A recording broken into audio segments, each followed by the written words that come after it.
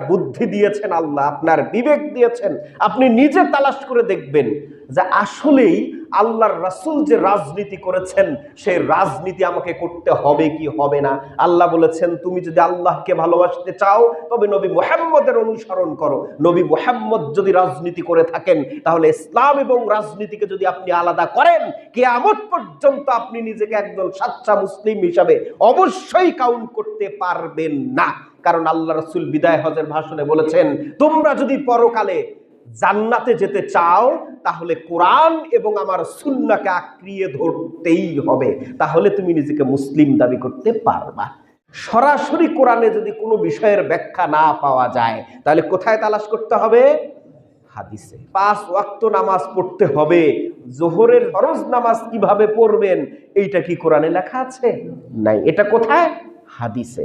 ইবাদত কেন্দ্রিক কোনো বিষয়ে পরিষ্কারভাবে জানতে চান তাহলে আপনাকে হাদিস ফলো করতে হবে। Hadith is the direct explanation and analysis of the holy Quran. Allah রাসূল সাল্লাল্লাহু আলাইহি সাল্লাম সম্পর্কে আল্লাহ সুবহানাহু ওয়া তাআলা বলেছেন ইন কুনতুম তুহিব্বুনাল্লাহ ফাত্তাবিউনি ইউহিব্বুকুমুল্লাহ।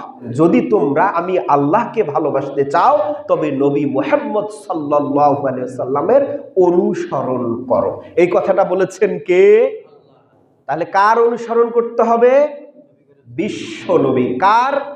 যিনি আমাদেরকে সৃষ্টি করেছেন তিনি বলছেন তোমার আদর্শ হবে, তোমার অনুকরণীয় অনুসরণীয় ব্যক্তি হবে ইন কুনতুম তুহিব্বুনাল্লাহ ফাত্তাবিউনি ইউহিব্বুকুমুল্লাহ।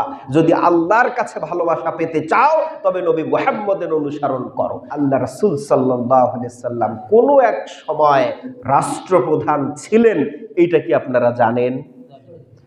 না জানলে বলেন জানি না। আপনারা কি জানেন আল্লাহ রাসূল সাল্লাল্লাহু আলাইহি সাল্লাম রাষ্ট্র পরিচালনা করেছেন? এটা জানেন আপনারা? না জেনে থাকলে আজকে জেনে নেন। যদি বিশ্বাস না হয় তাহলে সিরাত ইবনে হিশাম অথবা সিরাত গ্রন্থ রাসূলের জীবনী ভালোভাবে আপনারা পড়ে দেখবেন। রাসূল সাল্লাল্লাহু আলাইহি ওয়াসাল্লাম রাষ্ট্রপ্রধান ছিলেন, তার মানে রাষ্ট্রের সাথে সম্পর্কিত বিষয়াদিকেই বলা হয় রাজনীতি। এখন রাসূল সাল্লাল্লাহু আলাইহি ওয়াসাল্লাম যদি রাজনীতির সাথে যুক্ত না থাকতেন তাহলে তিনি রাষ্ট্রপ্রধান হলেন কিভাবে? চলমান রাজনীতির সাথে রাসূলের সাথে সম্পৃক্ততা আছে কি নাই এটা আমাদেরকে তালাশ করতে হবে দুই মাধ্যমে, এক হলো কোরআন আর এক হলো হাদিস। আল্লাহ রাসূল সাল্লাল্লাহু আলাইহি সাল্লাম বিদায় হজের ভাষণে বলেছেন আমার মৃত্যুর পরে আমার উম্মতেরা ৭৩টা দলে বিভক্ত হবে, তার মধ্যে মাত্র একটা দল জান্নাতি হবে, তারা হচ্ছে আহলে সুন্নাহ ওয়াল জামাআহ। যারা আল্লাহর কোরআন এবং আমার নির্দেশিত পথে যারা চলবে তারাই হচ্ছে জান্নাতি পথ, অন্য কেউ জান্নাতি পথ নয়। এখন এই ফতোয়া শোনার পরে যারা ইসলামপন্থী নয় তারা বাইরে গিয়ে বলবে হুজুর আজকে বলছে যে যারা ইসলামী রাজনীতি করে তারাই জান্নাতি, বাকিরা জাহান্নামী। এইটা আমি বলি নাই।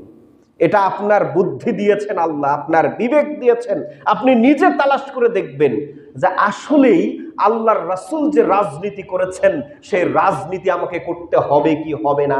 আল্লাহ বলেছেন তুমি যদি আল্লাহকে ভালোবাসতে চাও তবে নবী মুহাম্মদের অনুসরণ করো। নবী মুহাম্মদ যদি রাজনীতি করে থাকেন তাহলে ইসলাম এবং রাজনীতিকে যদি আপনি আলাদা করেন কিয়ামত পর্যন্ত আপনি নিজেকে একজন সাচ্চা মুসলিম হিসাবে অবশ্যই কাউন্ট করতে পারবেন না।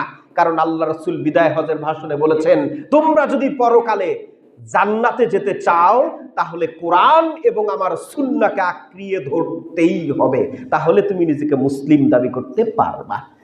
এখন আমি যদি মনে করি যে হুজুর আজকে বক্তব্য দিয়েছে যে ইসলামের পক্ষে যদি আপনি থাকেন তাহলে জান্নাতে যাবেন, ইসলামের পক্ষে না থাকলে জাহান্নামে যাবেন, এই কথা কি আমার বক্তব্য না আল্লাহর বক্তব্য? আপনি হুজুরের দোষ দিবেন কেন? দোষ যদি দিতে হয় আল্লাহকে দেন যদি আপনার সাহস থাকে। আপনি দোষ যদি দিতে হয় বিশ্ব নবীকে দেন, তিনি কেন রাজনীতি করলেন? যদি ইসলাম রাজনীতি আলাদা হয় তাহলে বিশ্ব নবী করেছেন কি কারণে? যেই বিশ্ব নবী সুপারিশ না করলে আমার আপনার জান্নাতে যাবার সুযোগ আছে কি? সেই বিশ্বনবী যেই মত এবং পথে চলেছেন, আমাদেরকেও সেই মত এবং পথে চলতেই হবে। আল্লাহ বলেছেন, ওয়া মা খালাকতুল জিন্না ওয়াল ইনসা ইল্লা লিয়াবুদুন, আমি জিন এবং মানুষকে এই দুনিয়াতে পাঠিয়েছি আমার ইবাদতের জন্য, অন্য কারণে নয়। সুতরাং পরকালে শুধু জিন এবং ইনসানের, অর্থাৎ জিন এবং মানুষের বিচার হবে, যা অন্য কোনো প্রাণীর বিচার হবে না। এই কারণে বিচার হবে, মানুষের বুদ্ধি আল্লাহ দিয়েছেন, মানুষের বিবেক আল্লাহ দিয়েছেন, এই বিবেক খাটিয়েই আপনাকে চলতে হবে।